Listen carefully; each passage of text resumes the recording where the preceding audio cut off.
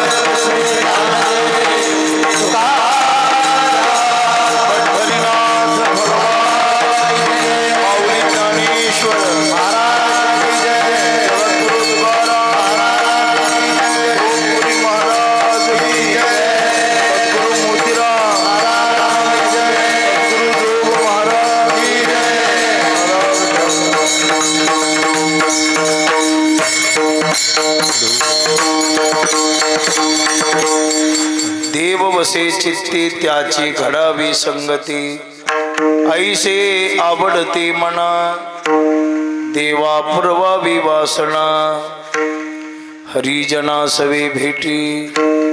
वरचा आवाज कमी करा, मॉनिटरला ठेवा. भेटी नभो अंग संग तुटी, ऐसे आवडते मना देवा पुरवावी वासना. तुका म्हणे जिने भले संत संगष्टणे, ऐसे आवडते मना देवा पुरवावी वासना. विठ्ठल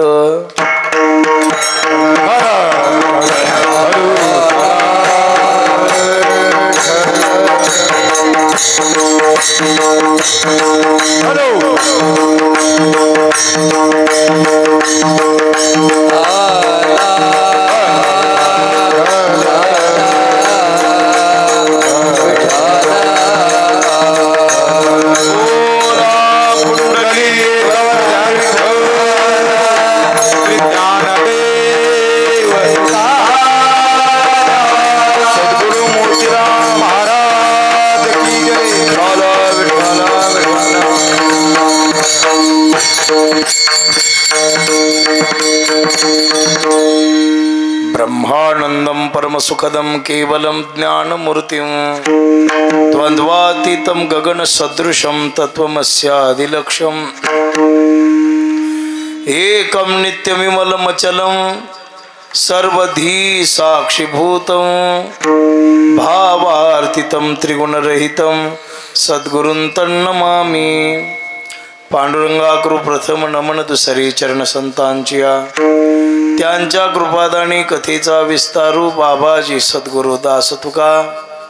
काय माझी वाणी मानेल संताशी, रंजवू चित्ताशी आपुलिया हे वाट घुमटी वैकुंठाशी जाता. रामकृष्ण कथा दिंडी ध्वजा. नमो ज्ञानेश्वरा निवृत्ती उदारा सोपान देवा. मुक्ताबाई नमो त्रिभुवन पावनी, आद्यत्रय जननी देवांचे या. संपाद्य ज्ञानंच विधाय भक्तिं, विलोकितो येन समाधिराज. वैराग्यवंतं सुविचारयुक्तं, नमामि जोगं शिरसा गुरुंतं मस्तकहे पायावरी. या वारकरी संतांच्या श्री संताची माथा चरणावरी, साष्टांग हे करी दंडवत. देव वसे चित्ती त्याची घडावी संगती, ऐशी आवडते मना देवा पुरवावी वासना.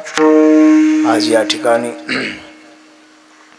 कीर्तन रूपे सेवेकरिता निवडलेला अभंग महान संत श्रेष्ठ देहोनिवासी विश्ववंद्य भगवान श्रीमंत जगद्गुरु तुकोबाराय यांचा हा 4 चरणाचा अभंग आहे. या अभंगाच्या द्वारा जगद्गुरु तुकोबाराय आपलं मनोगत देवाच्या समोर प्रगट करतात. विठ्ठला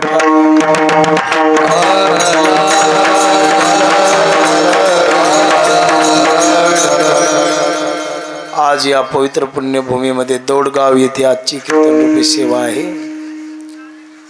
सोहमपुरी कोणते महाराज? क्षेमपुरी महाराज.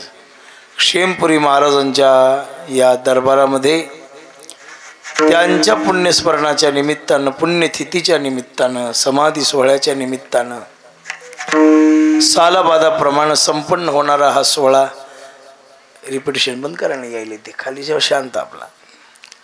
हा महापुरुषांचा समाधी सोहळा मोठ्या आनंदानं श्रद्धेने या पुण्यभूमीमध्ये संपन्न होतोय. ग्रामस्थ मंडळींचा असणार त्यांच्याबद्दल श्रद्धा प्रेम 100-200 वर्षाची परंपरा लाभलेला हा महात्मा आहे असं सांगितलं त्यांनी.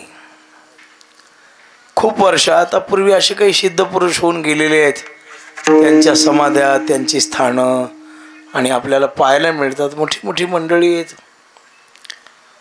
काही स्त्री संत होऊन गेल्या, ती मैनापुरी वगैरे जे आहेत ते बाई होत्या नाही का. तसे क्षेमपुरी महाराज या पुण्यभूमीमध्ये येऊन राहिले. इथे समाधी त्यांनी धारण केली. या पुण्यभूमीमध्ये जागृत देवस्थान, गावकऱ्यांची श्रद्धा, भाविकांच्या उपस्थितीमध्ये त्यांचा सोहळा आता पूर्णाहुतीच्या जवळ येऊन थांबलेला आहे. आजची कीर्तनाची सेवा म्हणजे जागराची कीर्तनरूपी सेवा आहे. उद्या काल्याचं कीर्तन आहे. सर्व संत मंडळी गोळा झालेले आहेत.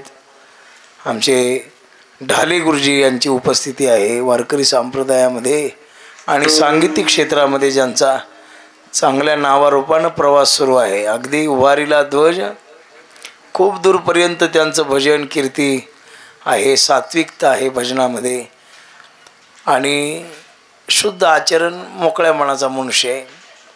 आणि म्हणून गुरुजींची उपस्थिती, सर्व बाकीची जमलेली सर्व मंडळी, मृदंगाचार्य, गायनाचार्य, तुम्ही पवित्र श्रोते, साऊंड सिस्टीमवाला, तो कॅमेरेवाला, सर्वांच्या चरणी नतमस्तक होऊन सेवेला प्रारंभ करूया. विठ्ठला विठ्ठला.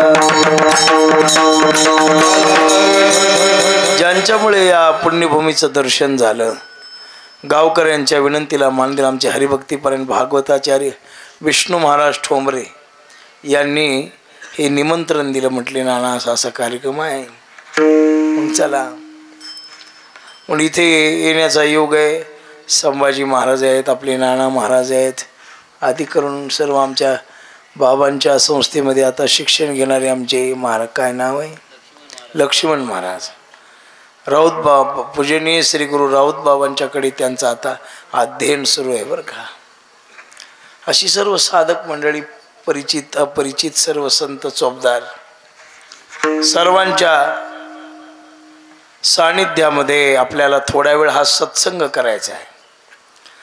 मानवी जीवनामध्ये आवश्यकता कशाची आहे, आवश्यक काय आहे आणि आवश्यकता कशाची आहे हे कळालं पाहिजे. काही गोष्टी जीवनात नसल्या तरी भागतात की त्यांच्या प्राप्तीची काही कशाला वरचं सुरू केलेस रे. त्यांच्या काही नसलं तरी फारसं काही बिघडत नाही, धन नसलं तरी काही बिघडत नाही, एखाद्याला प्रतिष्ठा नसली तरी फारसं काही बिघडत नाही, सुंदरपणा नसला तरी काही बिघडत नाही. अहो या जगतामध्ये कशा वाचूनच काही अडत नाही. विठ्ठला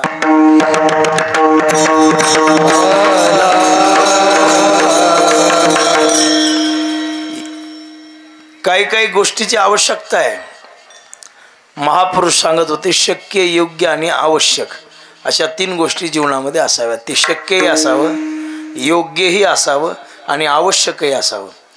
काही गोष्टी शक्य आहेत पण योग्य नाही, आणि काही योग्य आहे पण आवश्यक नाही. आता मला सांगा, तंबाखू खाणं शक्य आहे, योग्य आहे का, आवश्यक आहे का? नाही. तंबाखू खाऊ शकतो कोणी, त्याला काय, तंबाखू कोणी घेऊ शकतो, विणेकरी घेऊ शकतो, महाराज घेऊ शकतो, बसलेला घेऊ शकतो, स्वयंपाकवाला आचारी घेऊ शकतो का? त्याची किंमत फार नाही ना. घेऊ शकतो, शक्य आहे, घेऊ शकतो, खाऊही शकतो, पण योग्य आहे का ते नाही. आणि आवश्यक आहे त्याची तर काही आवश्यकता नाही. तंबाखू खाली म्हणजे शरीराला फार तृप्ती होती असं काही. आता काही काही लोक अडचण सांगतात, का हो म्हणले तुम्हाला तंबाखूचा फार, महाराज ते खाल्ल्याशिवाय ती होतच नाही म्हटले.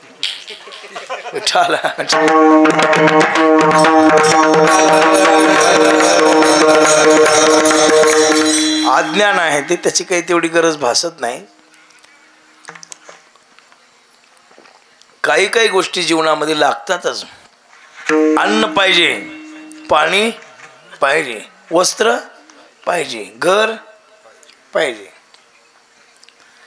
ऊन पाऊस संरक्षणासाठी निवाऱ्याची आवश्यकता आहे. पण घर नसलं तरी फारसं बिघडत नाही. हे ऋषीमुनी सिद्ध साधकांना काही गरज होते का? आकाश मंडप पृथ्वी आसन रमे तेथे मन क्रीडा करू. अन्न नसलं तरी फारसं काही बिघडत नाही. अहो निराहारी राहणारे लोक फार आहेत. इकडे दुधाधारी महाराज होऊन गेले आपल्या रूपूरला, कळमनुरीकडे. दुधाधारी महाराज उभा ग्लास धरायचा असा उभा आणि असं प्यायचं, म्हणजे आडवा करून सुद्धा प्यायचं नाही. उभा ग्लास असा धरून तोंडाला येईल तेवढं दूध प्यायचं आणि बाकीचं ठेवून द्यायचं. काही नाही, अन्न खायचंच नाही.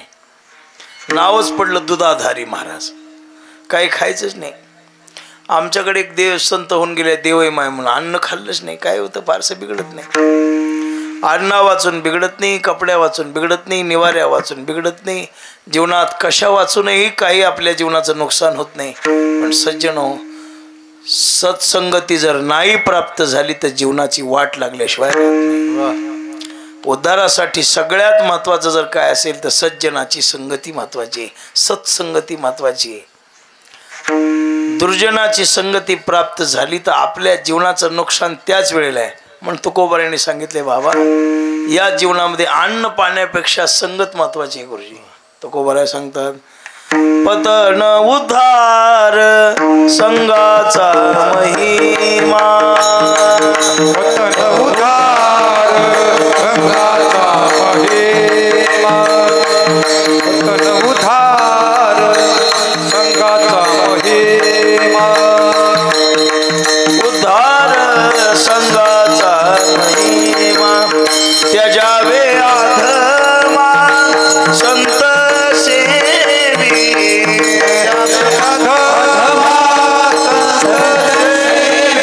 त्याजावे आधमा संत सेवी, त्याजावे आधमा संत सेवी, पतन उद्धार संगाचा महिमा, पतन उद्धार संगाचा महिमा, पतन उद्धार संगाचा महिमा, पतन उद्धार संगाचा महिमा, पतन महिमा त्याजावे आधमा संत सेवी, त्याजावे आधमा संत सेवी.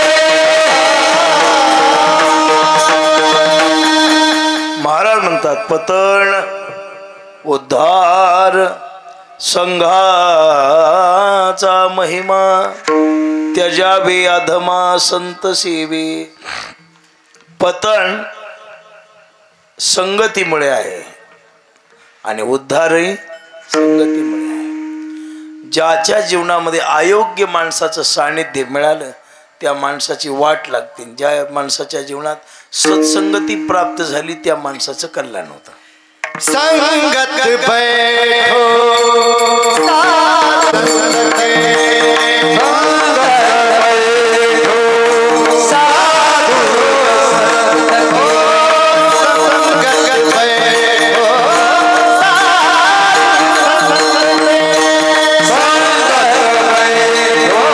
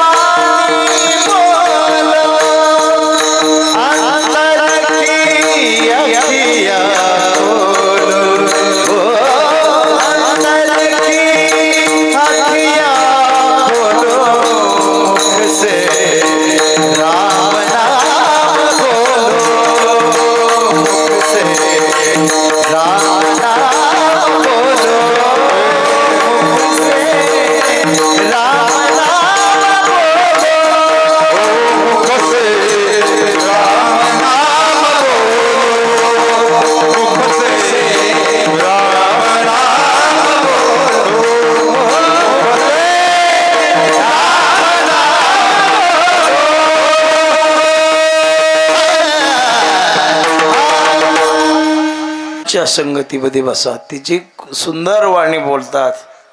आपल्या अंतःकरणातले जे आंतरदृष्टीचे नयन आहेत, डोळे आहेत, ते आपले उघडतात. म्हणून काही काही लोकांच्या सानिध्यामध्ये बिघाड जो होतो तो संगतीमुळे होतो. बरं का, जशी संगत तुम्हाला प्राप्त होईल. माणसं म्हणतात रंग लागत नाही पण गुण लागल्याशिवाय राहत नाही, असा प्रकार आहे.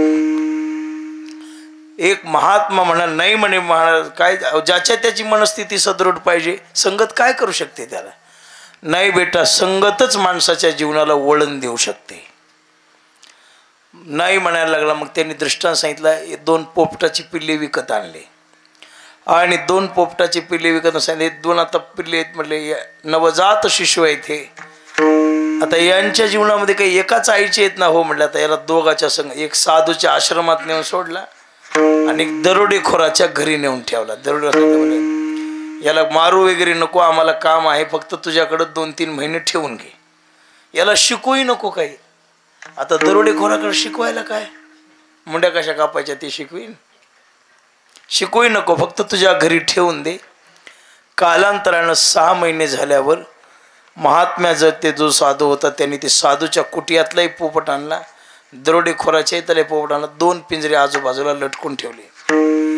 साधूच्या झोपू नका, ह्यांना उठवायचं पुढे बसलेले हे ना. आता सुरू झाले की मामा आणखी 8 तास बी झालं नाही. विठाला विठाला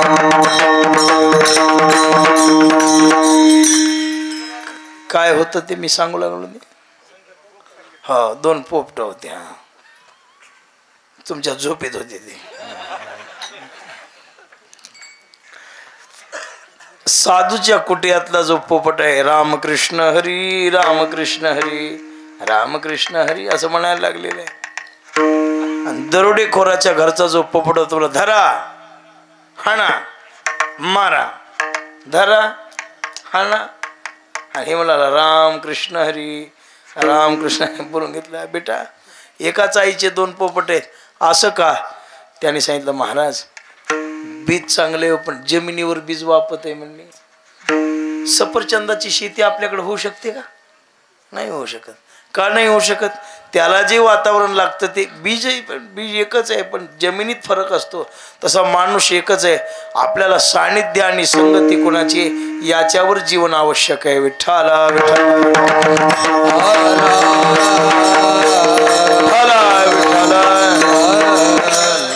इतिहासामध्ये जे जे महापुरुष झाले ते संगतीमुळे झाले आणि जे जे वाया गेले ते संगतीमुळेच गेले. जे तरले ते कोणामुळं? संगतीमुळं. पण आपल्याला सत्संगतीची गरज आहे, पण आपल्या दृष्टीनं योग्य कोण आणि आपल्या दृष्टीनं अयोग्य कोण आपल्याला कळत नाही. त्यासाठी भगवंताची कृपा लागते. देवालाच समजतं या जगात कोण चांगला आहे आणि देवालाच समजतं या जगात कोण वाईट आहे. आपल्याला चांगला वाटणारा काही कालांतरानं वाईट वाटायला लागतो आणि वाईट वाटणारा काही कालांतरानं चांगला वाटायला लागतो. का हो म्हटले? पूर्वी तुम्ही एका गाडीवर कार्यक्रमाला फिरतो, आता दिसत नाही. महाराज आत्ता कळालं ते मागून माझ्याच काड्या करू लागलं म्हणले. ते काय करायला म्हणले कीर्तनाला बघा बरेचसे महाराज लोक जे हे फिरणारे लोक जे संपुष्टात आलेत ना, ते संघ घेऊन फिरणाऱ्या लोकांनी संपविलेत बरं का. जे जे कोणी असतील ते. महाराज पाळल्याला कुत्रं माणसाला वाटते का चावत नाही, पण पाळल्याला जर चावलं का नाही पुन्हा नीट होतच नाही. असं आहे, असा प्रकार आहे. मग लक्षात येतं अहो म्हटले त्याला सख्या भावासारखा जीव लावला महाराज मी. एक ताट 2 जणांनी खाल्लं, कधी त्याला दुजेपणा आम्ही दाखवला नाही. त्यांनी असं करावं का? म्हणून आज चांगला वाटणारा मनुष्य भविष्यात वाईट वाटायला लागतो आणि आज वाईट वाटणारा मनुष्य मग महाराज आम्ही उगीच त्या माणसाचा द्वेष केला बघा. अहो तो धुतलेल्या तांदळासारखा निश्चळ होता, आम्हाला कळालं नाही म्हटले. दोन्ही प्रकरण. आपली चर्मदृष्टी तिथपर्यंत पोहोचू शकत नाही, आपली चर्मदृष्टी योग्य अयोग्य सांगू शकत नाही. पण पश्येताम सर्व जगतम आनंद खील वैविभू. आपल्या दृष्टीनं दिसणारी गोष्ट शुद्धच आहे, स्वच्छच आहे, असं काही परिणाम दिसत नाही. विठ्ठला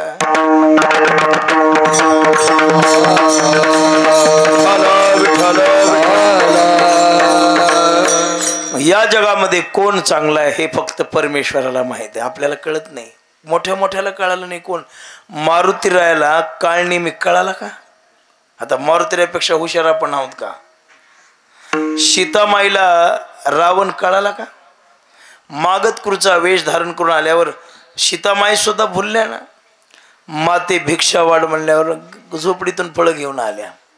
लक्ष्मण रेखा टाकलेली होती, माते अलीकडे येऊन वाढलं, उचलून घेऊन निघाला. म्हणजे सीतामाईला सुद्धा भगवंताच्या अर्धांगिनीला आदिमाया शक्तीला सुद्धा चांगलं कोण वाईट कोण कळालं नाही. मारुतीला कळालं नाही. ती काळनेमीला भाळली. लक्ष्मण शक्ती असते ना, लक्ष्मण शक्ती नसतात का इकडे? असतात बरं, कमी प्रमाणात असतात की नाही का. तर लक्ष्मण शक्तीमध्ये विषय येतो तो काळनेमीचा. रावणाने पाठवले असतं काही कर, पण सूर्य उदय होईपर्यंत मारुतीराला हलू दे नको. आता मारुतीराला भुलवायचं म्हणजे भजनाशिवाय मारुतीरा भुलत. त्यानं भजन सुरू केलं, रागरागिनी सुरू केली. ते म्हणायला लागला गुरुजी मला 5-6 ढाले, गुरुजी मला राग शिकवान. 2-4 राग 2-2 तास आळू लागला. ते हनुमंतराय आता कुणाला कसं गोवायचं हे सुद्धा माणसाला कळायला पाहिजे ना. काही पैशानं वाया जाते. कुठं कीर्तन आहे आज तुमचं? या गावाला कीर्तन आहे. बरं किती दिले तिथं? 2000 आहेत. 2-4 देतो. तिकडे लगेच फोन करून सांगते येणार होतो पण तब्येत बिघडली, हातपायाचा हलनात म्हणला गेला तिकडे कार्यक्रमाला. पण त्याला कुठं माहिती आहे इथल्या सरपंचाची तिथं सासरवाडी आहे म्हणून. बायको ते दिवस गेले, फोन लावला, हॅलो कोण म्हणाले का? झोलकर महाराज आलेत म्हणले इथे कीर्तनाला आणि आपल्यात म्हणले की तब्येत बरी नाही, यालोच म्हणला गाडी करून. न्याला महाराज बांधला, गाडीत टाकला आणि गावात आणला. आता म्हणले काला झाला तरी 15 दिवस तुला सुटका नाही. विठाला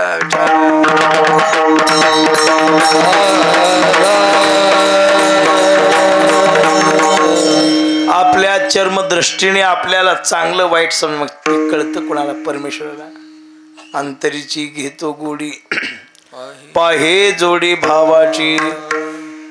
देवाला कळतं या जगात. म्हणून देवाला आपण प्रार्थना, देवा आम्हाला समजत नाही कशाने आमचा उद्धार येते, कशाने आमचं कल्याण येते, आम्हाला समजत नाही. आमचा उद्धार कशात आहे ते सांगण्यासाठी तुम्ही कृपा करा. आम्हाला माहिती आहे की संताशिवाय आमचा उद्धार नाही. तेचे माझे हित, तेचे माझे हित, तेचे माझे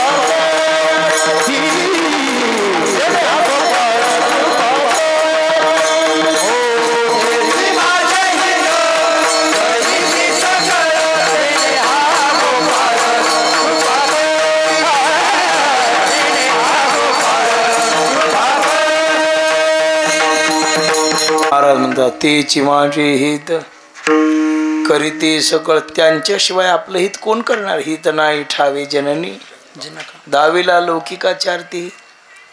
संतच आपलं कल्याण करू शकतात, पण संत आपल्या दृष्टीला कळत नाहीत ना. संत मिळणं अवघड आहे, संत कळणं अवघड आहे, आणि संत होणं अवघड आहे. संत कळत नाहीत आपल्याला. संत संत संत म्हणून ज्याचे पाय दाबले ती न्यारच निघते. अवघड हे विठ्ठला.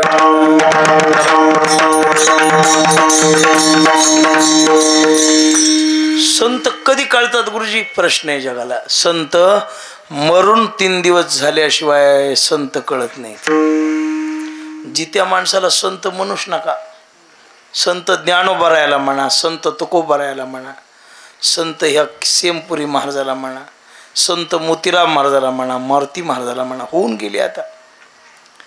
आमच्यासारख्याला अहो आज आम्ही कीर्तन करू, तुमच्यासमोर ब्रह्मज्ञान सांगायला उद्याचा दिवस आम्ही पाहिलाय का? आमच्या नशिबात काय ते आम्हाला माहीत नाही. आणि आमच्या नशिबात काही बिघड झाला की तुमची श्रद्धा घसरल्याशिवाय, ज्याच्यावर श्रद्धा आहे ते जर बिघडलं तर माणूस जन्मभर पुन्हा दुसऱ्यावर श्रद्धा ठेवतच नाही, दुसऱ्यावर ठेवतच नाही. त्याला वाटतं सगळं जगतच सारखंच आहे. सगळं जगत एकाच्या बायकोनं नवऱ्याला ताटात घातलं होतं म्हणून, काय करे घातलं म्हणजे काय मला काही कळत नाही ते काय ते विष काही घालतात ना, त्यानं घातलं नवऱ्याला, लय मारू लागले दारू पिऊन बिचारीनं घातलं परी की हुशार होतं. आज लय आवडीनं जेवाय वाढायला म्हणला, रोज गिळण मेल्यान म्हणून वाढते म्हणला. आज मालक खा म्हणल्या तेव्हा आंब्याच्या रसात काहीतरी दुसरं दिसालंय म्हणला. त्यानं उचललं कुत्र्याला खाऊ घातलं. कुत्र्याला खाऊ घातल्यावर भेटल त्याला सांगू लागलं, जगात काही करा पण बायको करू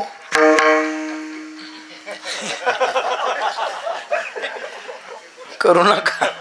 आता मला सांगा, याची वाईट झाली म्हणजे जगातल्या वाईट आहेत का? पण याला त्या धोका दिला असल्यामुळे जगातली सर्व स्त्री पाहिली की याचं डोकं उठायचं. तसंच आहे, करतं एक, भोगावं लागते सगळ्याला जगात. एखाद्याची श्रद्धा कमी झाली, जन्मभर दुसऱ्यावर श्रद्धा बसत नाही. म्हणून एक सांगतो, आमच्यासारख्याला माना, खाऊ पिऊ घाला, गावात आला आदर सत्कार करा, पण संत म्हणून मागं फिरू नका. विठ्ठला 10,000 द्यायची तर 10-5 वरी आगाव भरा, संत म्हणू नका. का? संत होणं म्हणजे फार अवघड आहे हो. तुम्हा आम्हाला फेटा बांधला आणि 2 ब्रह्मज्ञानाच्या गोष्टी सांगितल्या म्हणजे साधू होऊ शकत नाही. महाराज म्हणतात, गायन करीशी तरी गायकची होशी, परी वैष्णवन होशी अरे जना. पुराण सांगशी तरी पुराणिकची होशी, परी वैष्णवन होशी. आणि काही बाजारात मिळते का? मला संत करा, मला संत करा. बाजारात आहे काय? नाही संत पण हाटे हिंडता कपाटे राणी वने हिंडता कपाटे. नाही संत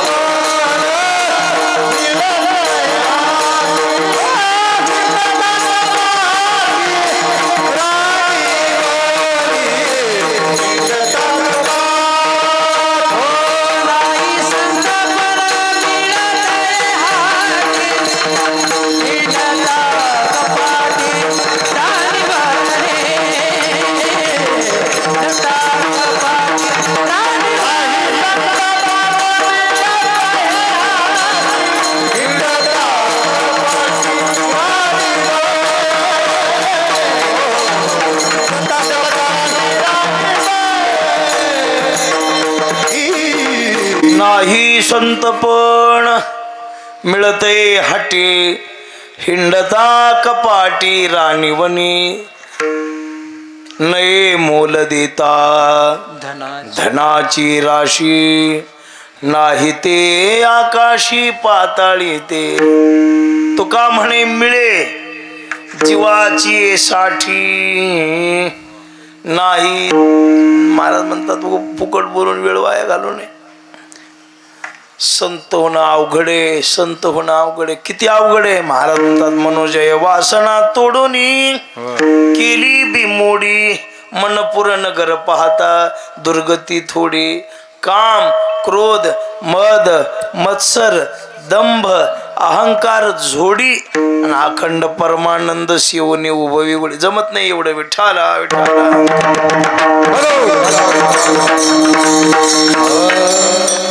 संत होणं अवघड आहे म्हणा. आम्हाला व्हायचंच नाही संत. आमच्या संतांनी संत होण्यासाठी प्रयत्न केलाच नाही. गुरुजी देवा मला संत करा असं कुठं आहे का प्रमाण? उलट मला संत करू नका, संताच्या दासाचा दास करा. मज दास करी त्यांचा. आम्हाला संत व्हायचंच नाही. हे अवघड आहे म्हणून व्हायचं नाही. सोपं असल्यावर तर आम्ही रोज झाला असता संत. आम्ही होतो संत. कीर्तनाला जाताना किलोभर गंधगुळी लागायला एका माणसाला, किलोभर किती लागाल्या गंधगुळी किलोभर लागाल्या खाला नाही अंगाला घोळसायला वागण्याचा विचार केला का नाही काश्मीरचा खाटीकच विठाला साधू व्हायला निरपेक्ष व्हावं लागते 5 रुपये बंडी ठेवली तर बंडी जाळावं लागते मग मोतीराम महाराज होतोय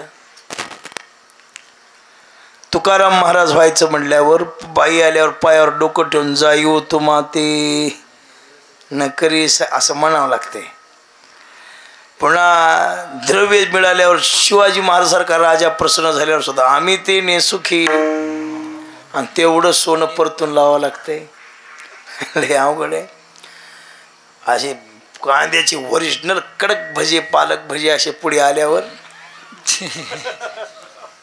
मला लागते बाबा आज एकादश आहे आज काही जमत नाही आज एकादश आहे असं म्हणून नाही म्हणला एक सुटली तर पुढली धरू आणा तुमचं मन कसं मोडू एवढ्या प्रेमानं तुम्ही केले एकादश काय 15 दिवसाला येते म्हणला भजे काय 15 दिवसाला भेटणार आहेत का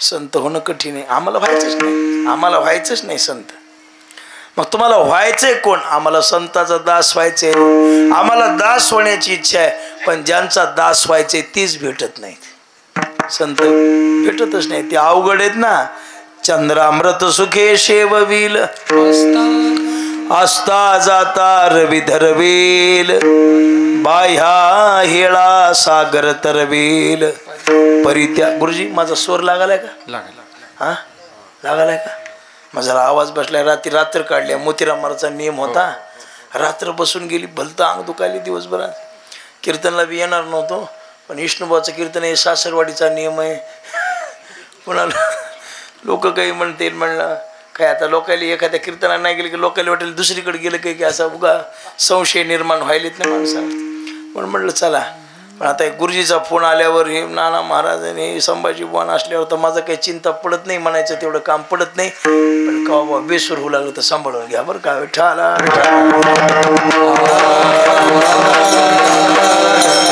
चंद्रामृत सुखे सेववील असता जाता रवी धरवेल बाह्या हेळा सागर तरवेल परी त्या साधूची भेटी न होईल का किती अवघड आहे बहु अवघड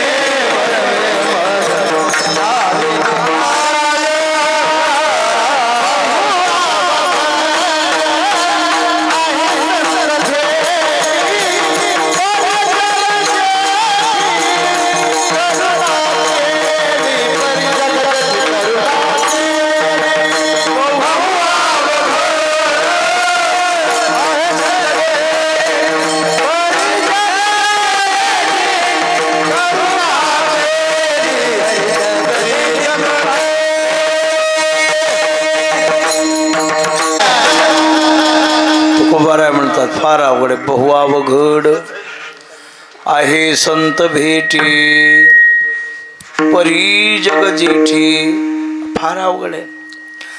अवघड आहे देवा आम्हाला स्वतःच्या बुद्धीनं प्राप्त करायला अवघड आहे, पण तू जर कृपा केलीस तर अवघड नाही. आता तू आमच्यावर संतुष्ट खुश झालेला आहेस, तूही आमच्या पाठीमागं लागलेली आहेस की काहीतरी मागा काहीतरी मागा काहीतरी मागा. आता आम्हाला गरज एकाच गोष्टीची, बाकी कशाचीच नाही. संत संगती ती चरण सेवा जेणे हा तुझा विसरण पडावा. हाची भाव माझी जीवा पुरवी देवा मनोरथ.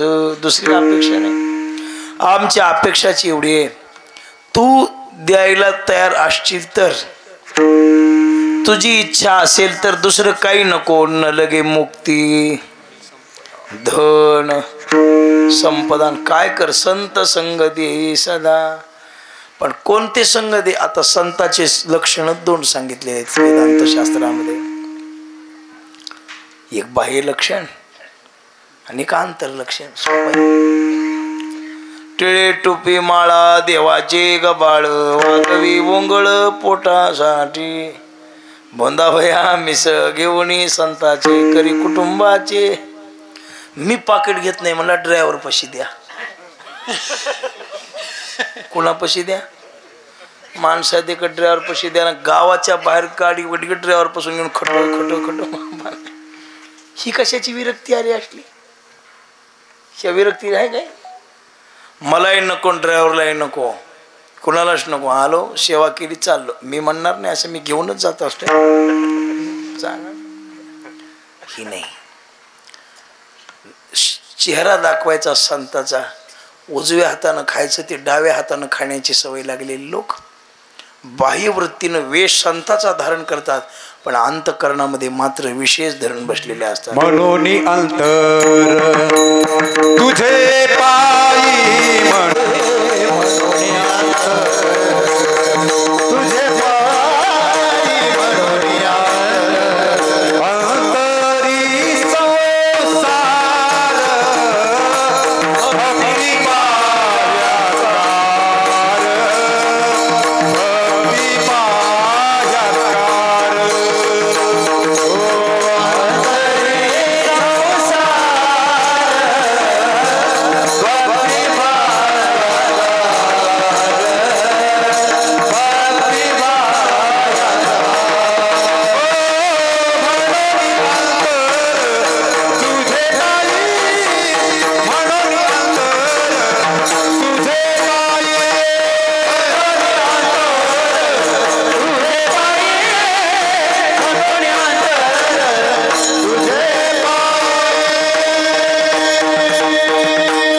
अंतरी संसार भक्ती भायात्कार म्हणून अंतर तुझे पायी. एक वर्ग असा आहे अनुभव नाही. महाराज म्हणतात अनुभव पोटे तिळेचे ना. आणि एक वर्ग असा आहे बाहेरी पिशाच आंतरी शहाणा सदा ब्रह्मी जाणा निमग्न तो. ते मोतीरामाला जे संत होते ना महाराज, या काळाला जर असते तर कोणी जेवायला सुद्धा बोलली नसते. इतके साधे बोळे होते, इतके साधे. गुडघ्यापर्यंत धोतर, कीर्तनापुरती बाराबंदी घालायची, पुन्हा उघडीच बसलेली, डोक्याला काही नाही, दाढीचे खुरट वाढलेले. कव्हा माळकरी वारीक मिळाला तर करायची.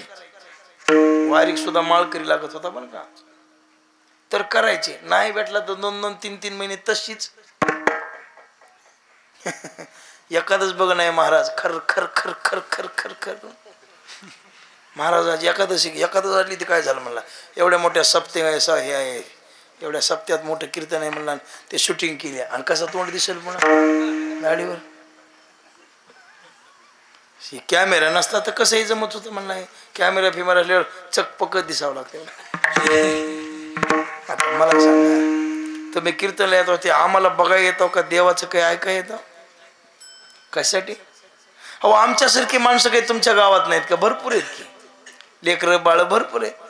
कोणी कोणाला पाहण्यासाठी येत नाही. तुम्ही जे मंडपात येतात ते 4 देवाच्या गोष्टी ऐकायला येतात. आणि अज्ञानी लोकांना कळायचंय कधी विठ्ठला विठ्ठला.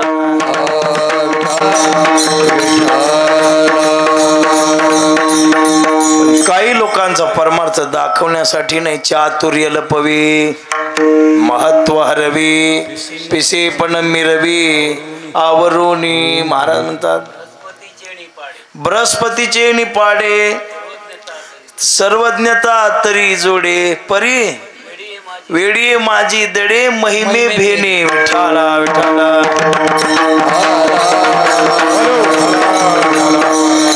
कशासाठी वेडी माझी दडे? कशासाठी? महिमे भेने. मोठेपणाला घाबरून. काय ज्ञानोबराची होई पारायण असेल की हा जिलबी खाऊन पारायण जिरवीचा. मोठेपणा प्राप्त होऊ नये म्हणून वेडी माझी दडी महिमे भेने. वेडीपणा घेतो मुद्दाम आणि लक्षात सुद्धा येत नाही, ध्यान मनात बसत नाही. इतके साधे राहतात बरं का, इतके भोळेपणानं वागतात. एवढे विचार करतात की परमार्थाच्या क्षेत्रातली सर्वात हायेस्ट पदवी कोणती गुरुजी? भोळा. कोणती पदवी? भोळा. या पदवीपेक्षा जगात कोणतीच मोठी पदवी. आणि भोळा ही पदवी दोघा तिघालाच मिळालेली. कोणाला? शिव भोळा आणि भोळे भाविक हे गाता ती. तो का म्हणे भोळीन विठ्ठल कृपेची कोवळी. दुसऱ्या म्हणे भोळी पदवीसाठी म्हण भोळेपणा मिळावा म्हणून भोळेपणा लागे भिक मागे. महाराज म्हणतात तो का म्हणे कळा सकळ कळा ज्याचे आणि भोळेपणाची पदवी मिळावी म्हणून भीक मागतो. विठ्ठला विठ्ठला.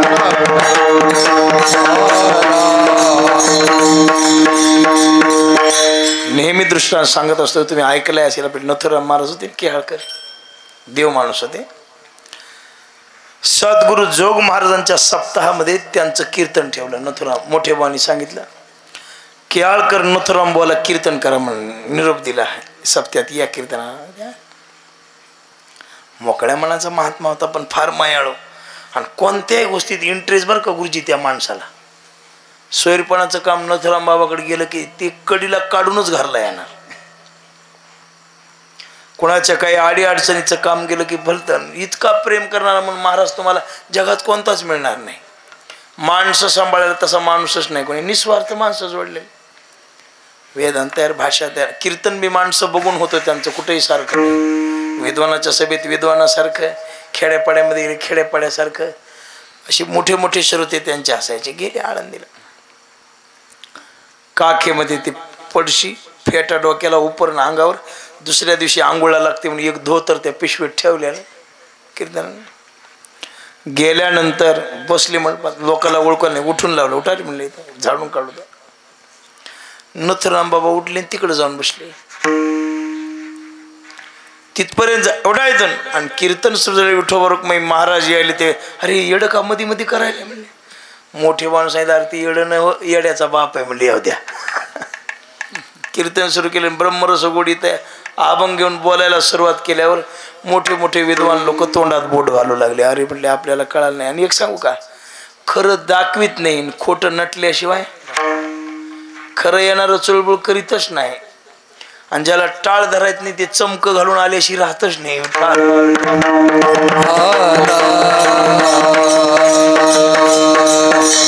असा प्रकारे आम्हाला बाह्यरंगाचा कोणी नकोय देवा, आम्हाला अंतरंगाचा साधू. मग अंतरंगाचा म्हणजे कसा?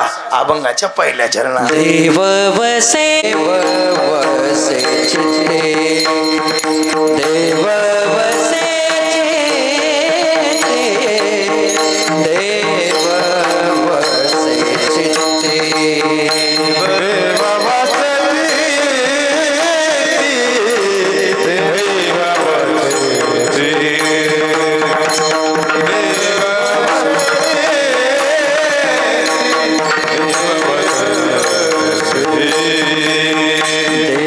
वसे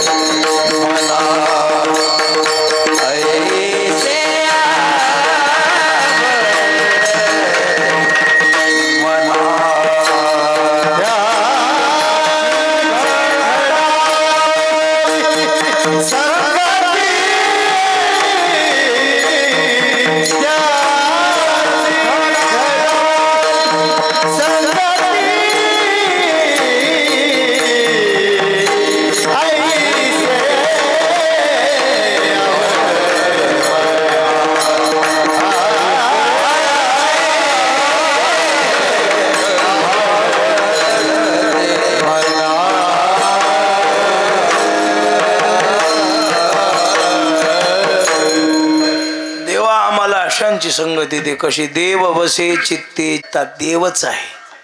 मग देव कुणाच्या चित्तात वसतो? इथून सुरुवात होईल. ज्याचे सर्व विकार संपलेले त्याच्या चित्तात आहे. तुका म्हणे चित्त करावे निर्मळ. आणि मग येवनी गोपाळ वसे तेथे देव सदा सर्व काळ करीती निर्मळ नाम घोष करीती निर्मळ नाम घोष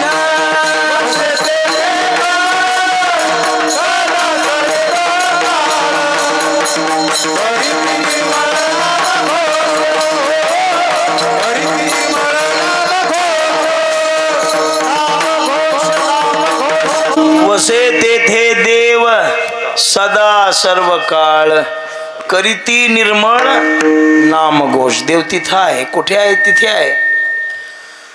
ज्याने काम क्रोध लोभ निमाले ठाईची सर्व आनंदाची सृष्टी झाली. ज्यांच्याकडे काम नाही क्रोध नाही असतो माणसाकडे, पण निर्मळ नाम घोषाने चित्त निर्मळ होतं. शरीर मलिन आहे पण साबण लावल्यावर स्वच्छ होतं. तसं आपल्याजवळ विकार आहेत असतात कुणाकडे, पण असलेले विकार ज्यांनी घालवलेत आणि ज्यांच्या चित्तात देव येऊन बसले त्यांची घडावी संगती. दृष्टांत लक्षात येईल. राष्ट्रसंत मीराबाईंच्या घरची गोष्ट आहे. मीराबाईंच्या घरी भंगीन कामाला यायची. भंगीन म्हणजे घाण साफ करणारी बाई. एके दिवशी त्या भंगिनीचा मुलगा चाला पाठीमागं, बाई मला यायचे आई तुझ्या बरोबर. आला आणि आल्यानंतर मीराबाईंचं सौंदर्य पाहिलं आणि मीराबाईच्या प्रेमातच पडला. पाहिल्याबरोबर घरी आला आणि पांघरून घेतलं झोपला. आई बाळ राजा उठणं. उठणारच नाही म्हणला. अरे झालं माझं मीराबाईचं लग्न झालं तर अन्न पाणी खाणार नाही तर असाच मरणार आहे. तिने सांगितलं बाबा मेलास तरी चालतंय, भिंतीला काना असती मलाच म्हणला असती, मला दुसऱ्याला म्हणू नको. नाही नाही मला टेटसला ठेवून देतो आय लव्ह यू मीराबाई.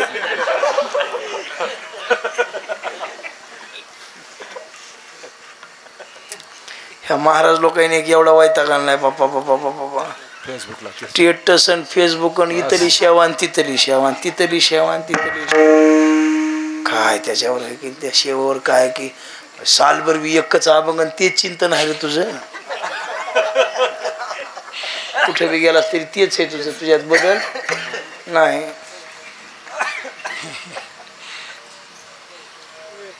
पण ती मोबाईल लागायला ठेवायला बर.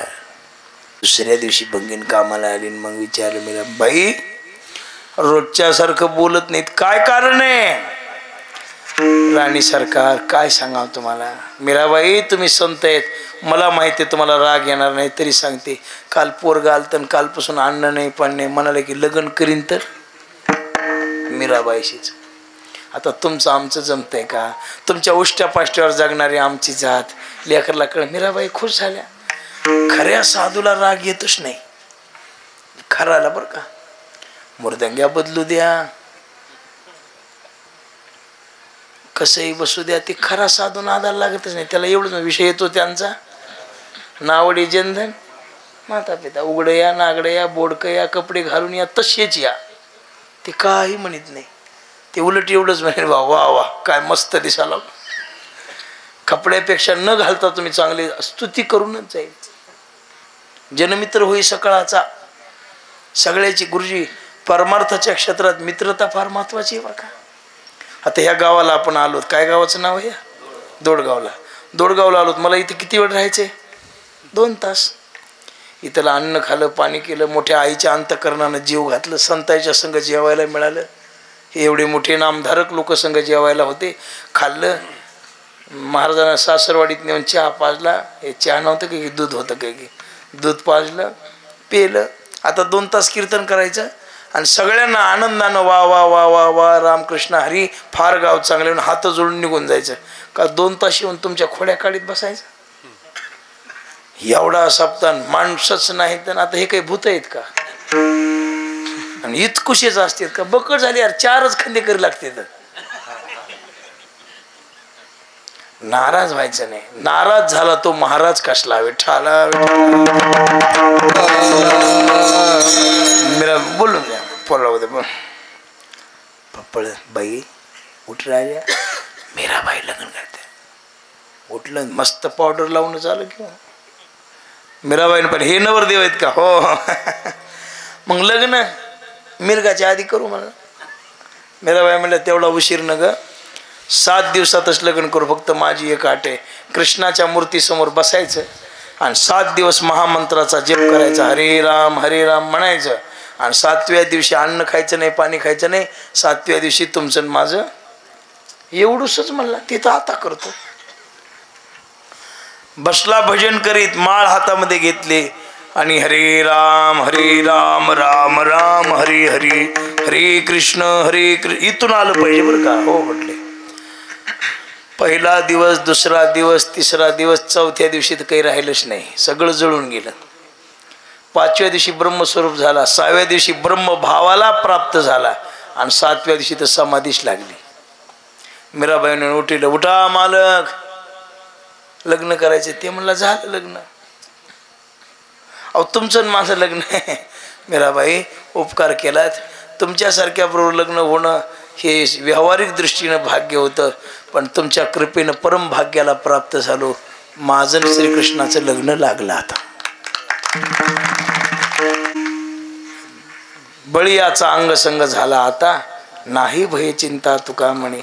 मीराबाईनं दंडवत घातला.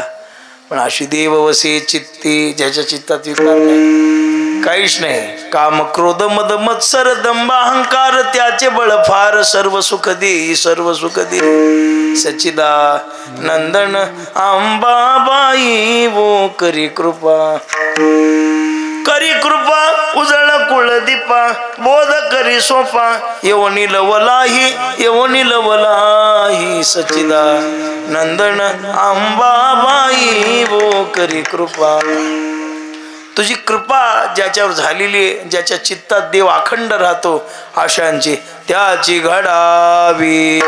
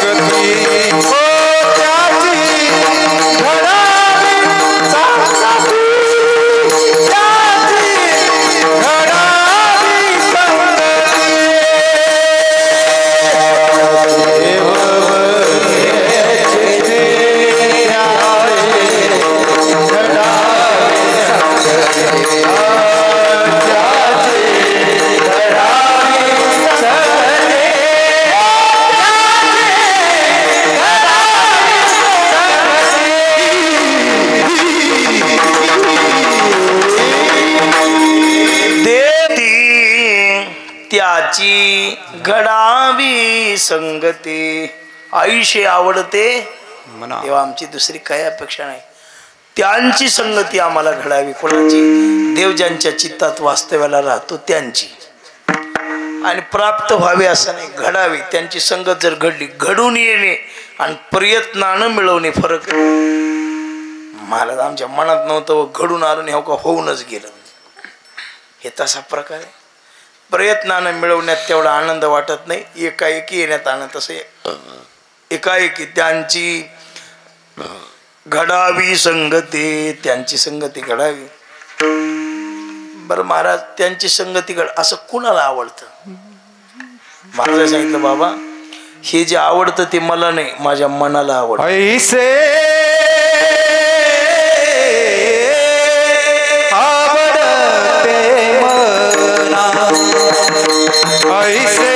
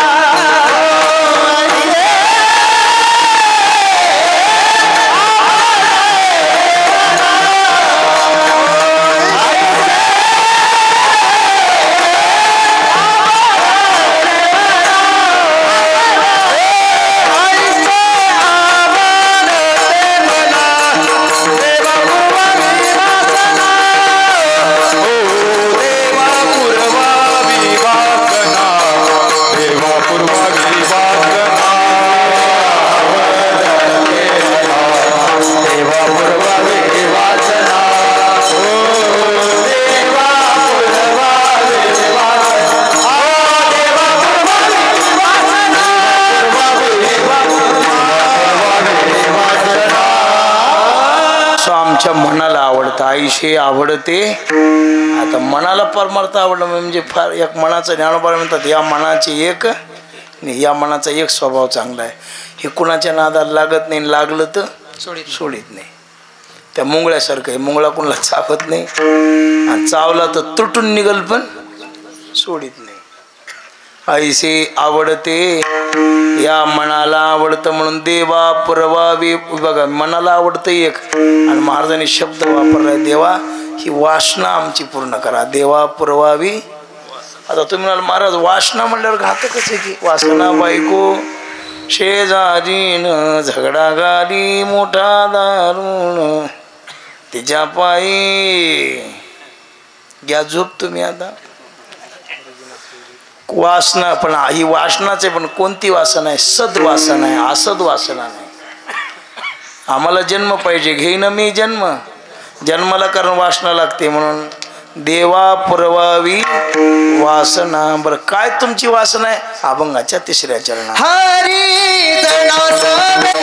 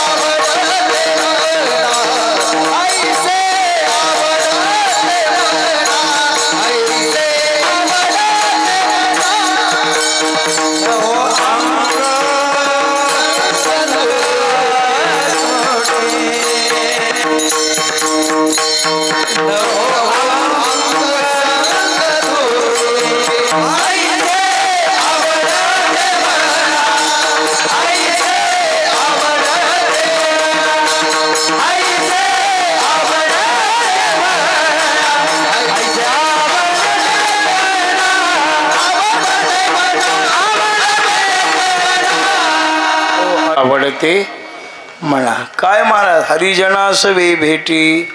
संतासोबत भेट, कोणासोबत? हरिजनासोबत भेट व्हावी आणि त्यांची भेट झाल्यावर कधी त्रुटी पडू नये. संत संग देई सदा, सदा संत संगती मिळावी आणि कधीही त्यांच्यात आणि आमच्यात अंतर पडू नये. एका जनार्दनी घडो त्यांचा न व्हावा वियोग जन्मोजन्मी. आईशे आवडते म्हणा देवा पुरवावी वासना. विठोबा रखुमाई ताळी वाजवा.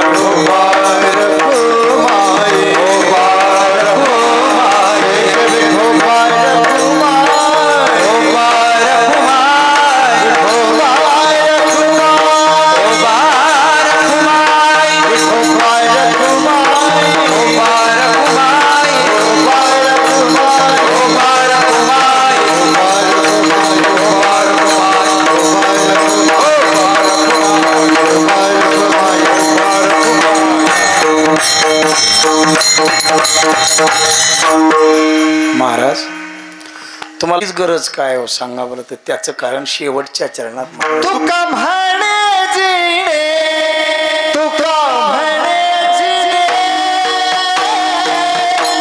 तुका म्हणे जिणे, तुका म्हणे जिणे, तुका तुका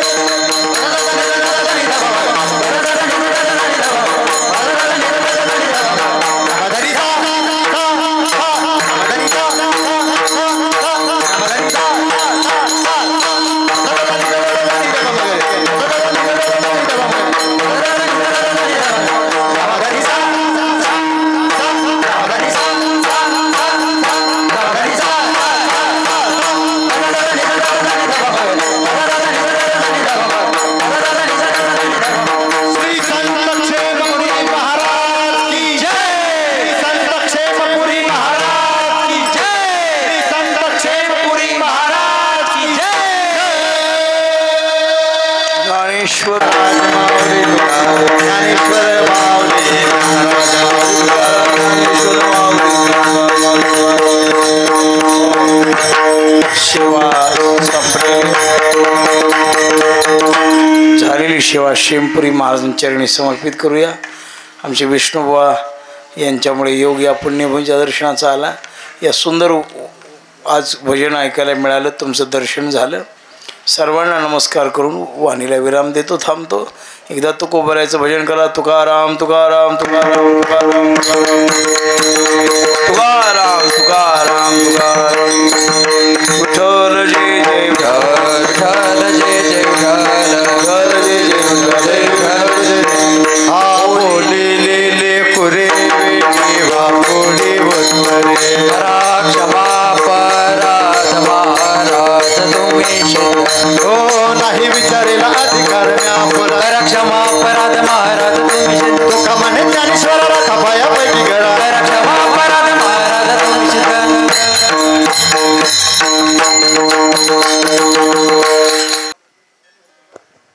श्री संत क्षेमपुरी महाराज समाधी सोहळ्यानिमित्त आलेल्या सर्व भावी भक्ताचं पाहुणे मंडळींचं सहर्ष स्वागत.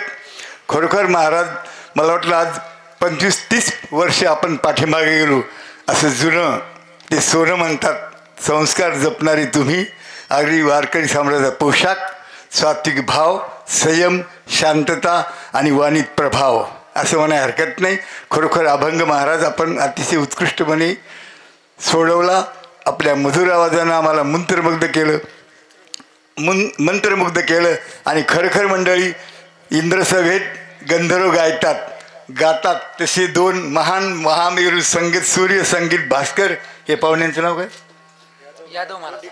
यादव महाराज चोंडीकर. परिचय नाही पण आले. आणि हे आमचे शेजारी शिवभाऊ शिवाजी महाराज उंडेगावकर. अतिशय उत्कृष्ट. इतकी गोडी आली. अमृतापेक्षाही मधुर आणि सोन्यापेक्षाही महाग. सोनं 90 मी तर महाराजाची किंमतच करणार नाही. मरून जन्माला येऊन इथंच जन्म भेटावा संतांच्या भूमीत. असा हा सोहळा अन्नदान, ज्ञानदान, भेट, प्रेम, सद्भाव. कितीतरी दूर गेला आमच्या इथला माणूस तर तो इथं नवमीला दशमीला येणारच. ही गंगा उद्या सागराला मिळणार. संत क्षेमपुरी महाराज गंगा भक्ती, प्रेम, सद्भाव घेऊन महासागराला भेटणार. मंडळी खूप काही सांगण्यासारखं आहे पण महाराज माझी तुमच्या एवढी हिंमतच चालत नाही कारण तुमचा प्रभाव फार मोठा आहे. एकदा टाळ्या द्या महाराज. आणि उद्याचे कार्यक्रम सकाळी 8 वाजल्यापासून संत क्षेमपुरी महाराजाला महाभिषेक सोहळा, 11 वाजता गाथ्यावरली भजन, दुपारी उन्हाचा पहारा खूप असल्यामुळे 4 वाजता गाड्या ओढणी, सायंकाळी 5 वाजता 6 वाजता महापंगत आणि भरपूर कार्यक्रम. उद्या रात्री पालखी सोहळा गावातून निघेल आणि उद्या रात्री हरिभक्तपरायण माऊली महाराज मुडेकर यांचं कीर्तन होईल. याप्रमाणे आजची सेवा झाली. सर्वांचे पुन्हा एकदा आभार. गावकरी मंडळी जोडगावकर यांच्या वतीने महाराज तुम्हाला द्यावेत तेवढे धन्यवाद कमीच. चहा होईल, जागराचा भजन होईल. रामकृष्ण हरी. धन्यवाद. जय जय रामकृष्ण हरी. जय जय रामकृष्ण हरी. जय जय